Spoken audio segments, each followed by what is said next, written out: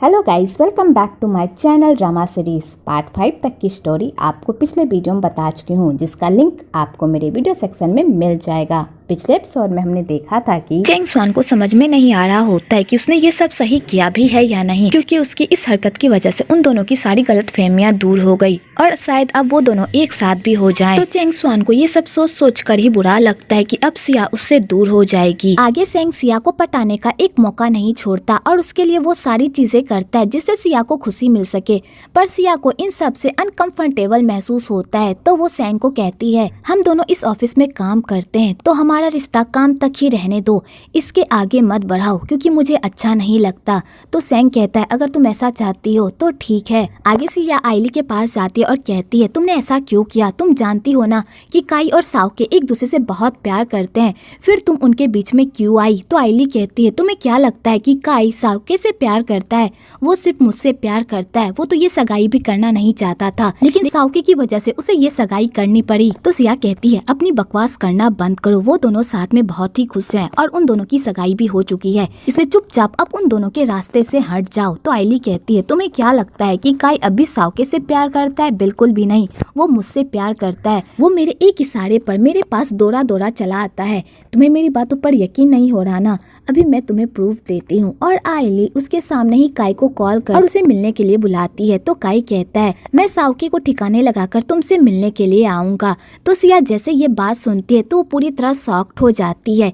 इधर साओके भी उन दोनों की सारी बातें सुन लेती है और साओके को पता चल जाता है कि उसके बॉयफ्रेंड ने उसे चीट किया है। तो वो आइली को कहती है, तुम काई से बहुत प्यार करती हो ना, तो फिर तुम काई को खुद रख लो, मुझे ऐसे घटिया इंसान की कोई जरूरत नहीं है। और साओके ये कहकर वहाँ से चली जाती है। तो आइली कहती है, साओके ने तो खुद ही गिव अप कर दिया, वो तो अपने प्यार के लिए लड़ना भी नहीं चाहती, फिर तुम किस हक से लड़ना चाहती हो? तो सिया कहती है, तुमने दूसरों की हंसती खेलती खुशियाँ छीनी है, तुम भी कभी खुश नहीं रहोगी। और सिया ये कहकर वहाँ से चली जाती है। आगे सिया चेंग स्वान को बता देती है कि साओके को काई की सच्चाई पता चल गई है और पता नहीं साओके अब कहाँ चली गई है, वो मिल नहीं रही। तो चेंग स्वान कहता है, तुम टेंशन मत लो, आगे वो सब मिलकर साओके को ढूंढते हैं।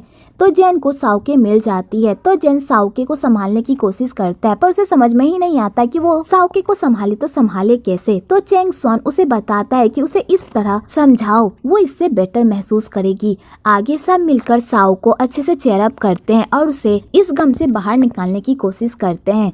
तो साओके उन लोगों के इतने सारे एफर्ट्स को देखकर खुश हो जाती है। तो सिया साओके से माफी मांगती है कि उसने ये बात उसे पहले नहीं बताई।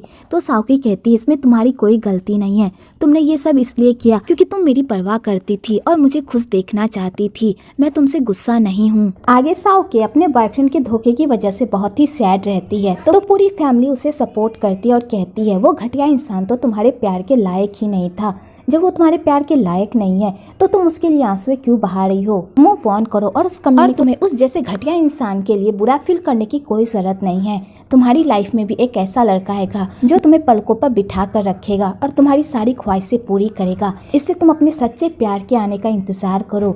तो साओके को उन लोगों की बातों को सुनकर थोड़ी हिम्मत मिलती है और वो मूव ऑन करने की कोशिश करती है। दूसरी तरफ चेंग स्वान सिया के ख्यालों में खोया हुआ रहता है। तो जेन कहता है, मुझे पता है कि तुम सिया से बहुत प्यार करते हो, जब तुम उससे इतना प्यार करते हो तो जाकर उसे कह क्यों नहीं देते? तो चेंग स्वान इस बात से इनकार करने लगता है। तो जेन कहता है, मुझे भी पता है कि तुम वही यान से बिल्कुल भी प्यार नहीं करते और ये शादी एक समझौता है, क्योंकि उन लोगों ने तुम्हारे लिए बहुत कुछ किया है, लेकिन क्या तुम इस बात का कर्ज चुकाने के लिए अपनी पूरी लाइफ बर्बाद कर दोगे?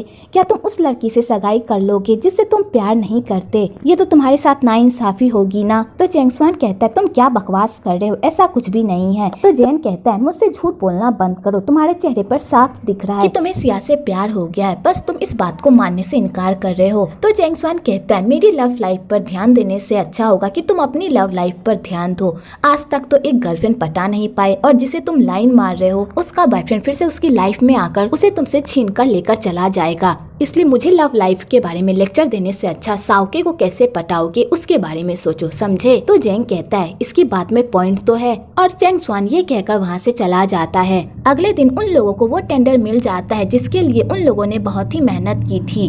तो वो लोग ये टेंडर पाकर बहुत ही खुश होते हैं, पर मैनेजर ये सब देखकर बहुत ही जल रहा होता है क्योंकि वो नहीं चाहता था कि ये टेंडर चेंग स्वान को मिले, और उसने बहुत कोशिश भी की थी पर उसकी सारी कोशिश पानी में चली गई। आगे चेंग स्वान एक मीटिंग बिठाता है और उसमें अपने सारे एम्प्लॉय को कहता है कि हमें इस टेंडर पर बहुत ही मेहनत से काम करना होगा। उन लोगों ने हम पर भरोसा करके हमें ये टेंडर दिया है, तो हम लोग उन्हें दिखा देंगे कि हम लोग इस काम के काबिल हैं। और चेंग स्वान मैनेजर को भी उनके लाइन पर लाने की कोशिश करता है। तो मैनेजर को बहुत ही गुस्सा आता है चेंग स्वान पर, क्योंकि चेंग स्वान उसके काम के आड़े आ रहा होता है। तो मैनेजर डिसाइड कर लेता है कि चाहे कुछ भी हो जाए वो ये टेंडर चेंग स्वान से छीन कर ही रहेगा, और मैनेजर अपनी प्लानिंग और प्लॉटिंग करने लगता है। इधर साओ के अपने ब्रेकअप की वजह से बहुत ही सैड रहती है, तो सियाओ से चेयर अप करने की कोशिश करती है और उसे घुमाने के लिए एक जगह पर लेकर जाती है। तो वहाँ पर उन दोनों की मुलाकात चेंग स्वान और जेन से भी हो जाती है। तो वो दोनों उन दोनों को वहाँ पर देखकर बहुत ही खुश होते हैं और चारों साथ में टाइम स्पेंड करते हैं। आगे चारों साथ में मिलकर लैंटेन फेस्टिवल मनाते हैं। तो सब अपनी अपनी विश लालटेन पर लिखते हैं और उसे फ्लाई कर देते हैं, और यहाँ पर चारों साथ में बहुत ही अच्छा टाइम स्पेंड करते हैं और एक दूसरे को जानने की कोशिश करते हैं।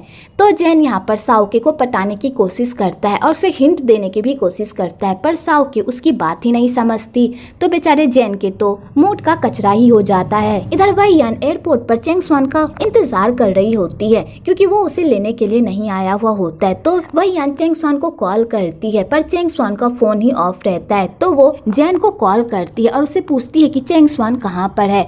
तो वो उससे झूठ बोलता है कि वो एक मीटिंग के लिए बाहर आया है। तो वही यान अपना सारा गुस्सा जेन पर निकाल देती है और कहती है तुम लोगों ने जो मेरे साथ किया है इसका जवाब तो तुम लोगों को देना ही पड़ेगा। मैं पापा से तुम दोनों की शिकायत करूंगी। और वही यान ये कहकर कॉल कट कर देती है। इधर चेंग स्वान और सिया एक दूसरे से बात कर रहे होते हैं और एक दूसरे के बारे में जानने की कोशिश ही कर रहे होते हैं कि तभी वहाँ पर जेन आ जाता है और चेंग स्वान को वही यान के बारे में बताता है और कहता है पापा की परी बहुत ही गुस्से में है और कल उसका बम सीधा तुम पर फूटेगा, इसलिए खुद को तैयार कर लो। तो चेंग स्वान कहता है मैंने पूरी तैयारी कर ली है, चाहे कल कुछ भी हो मैं उसे पूरी सच्चाई बता दूंगा। अगले दिन चेंग स्वान और वही यान एक दूसरे से मिलते हैं। तो वही यान चेंग स्वान को खूब डांटती है कि जबकि तुम्हें पता था कि कल मैं आने वाली हूँ तो फिर तुम मुझे लेने क्यों नहीं आए। तो चेंग स्वान कहता है मैं तुम्हारा कोई नौकर नहीं हूँ जो मैं तुम्हें लेने के लिए आऊँ, और तुम अपने ड्राइवर को भी कॉल करके बुला सकती थी। तो वही यान इस बात पर भी चेंग स्वान को नीचा ही दिखाने लगती है और उस पर हुक्म चलाने लगती है।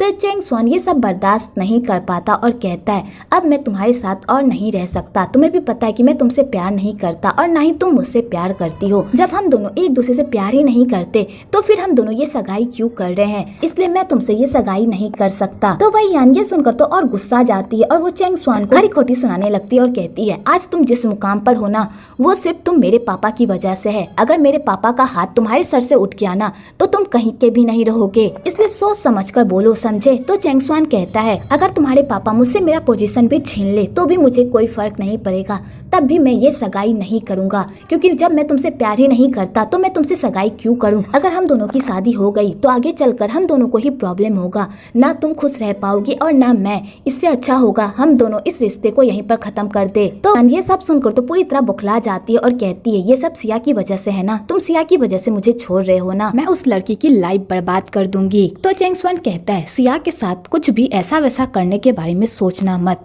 वरना मैं तुम्हें नहीं छोड़ूंगा। और वैसे भी मुझे एक ऐसे लाइफ पार्टनर की जरूरत है जो मुझे समझे, मुझे प्यार करे, ना कि ऐसे जो मुझे हमेशा ऑर्डर देते रहे। सब मैं हम दोनों की भलाई देखकर कर रहा हूँ। मुझे भी पता है कि इस रिश्ते का कोई फ्यूचर नहीं है। जब इस रिश्ते का कोई फ्यूचर ही नहीं है तो हम लोग इस रिश्ते में क्यों बंधे।